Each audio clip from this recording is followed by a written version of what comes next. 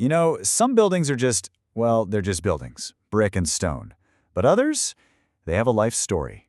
Today, we are diving deep into the epic biography of Malbork Castle in Poland. This fortress is so huge, so ancient, it's basically a main character in European history. So let's get into the story of this absolute stone giant. Okay, to really get your head around the scale we're talking about, let's just start with a number. 250. And no, that's not the number of rooms. That is the number of individual buildings that make up this one single complex. It's wild. And those 250 buildings, they're spread out over 70 acres.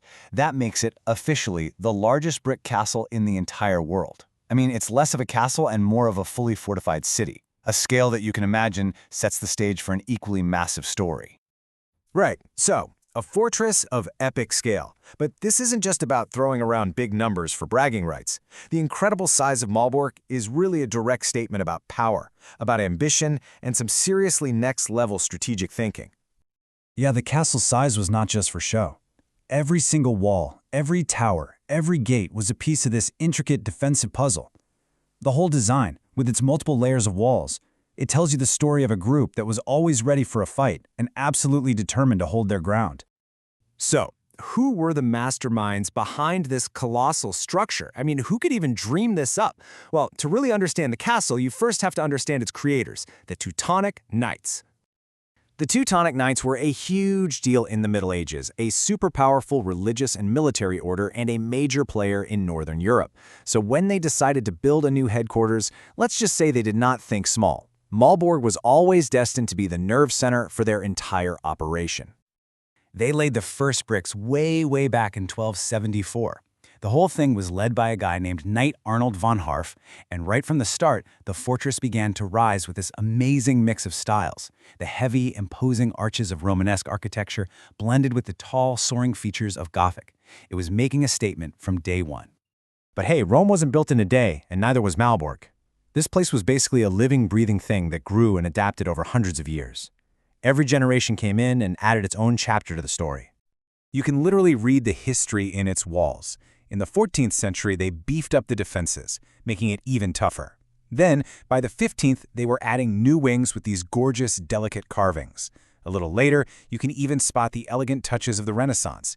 Each era really did leave its own mark. It's just so cool. The architecture of Malbork isn't one single style. It's like a physical timeline of European history, of conflict, of art. You can literally walk through the centuries just by wandering from one part of the castle to another. All right, so at its absolute height, Malbork wasn't just some military base. No way. It was the vibrant, powerful heart of the Teutonic Order's massive territory. It was, for all intents and purposes, a capital of Northern Europe. And what's really key here is that it wore so many different hats.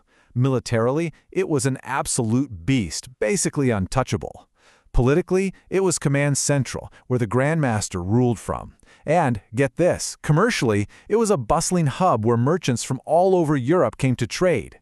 It was a fortress, a palace, and a market all rolled into one. And this wasn't some flash in the pan. For more than 250 years, this castle was the undisputed center of power in the region. It was a symbol of the Order's strength and influence that just kept going. But you know how it goes. Empires rise and they fall. The story of Malbork, though, it doesn't end there. Its modern chapter is all about preservation and rebirth, making sure its incredible story keeps being told. And what a comeback story it is. First, it gets the ultimate seal of approval, becoming a UNESCO World Heritage Site. Then, this massive restoration project, finished in 2017, brought it back to its former glory. And today, it's one of Poland's most treasured cultural attractions. The fortress is alive again, but in a totally new way. Its courtyards host concerts and plays. Its fields are the stage for these epic medieval battle reenactments. And its halls are filled with amazing exhibits that bring its history to life for people from all over the world.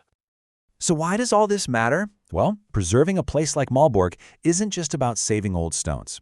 It's about saving the stories, the lessons, the incredible human achievement it represents, and making sure that future generations get to learn from it too.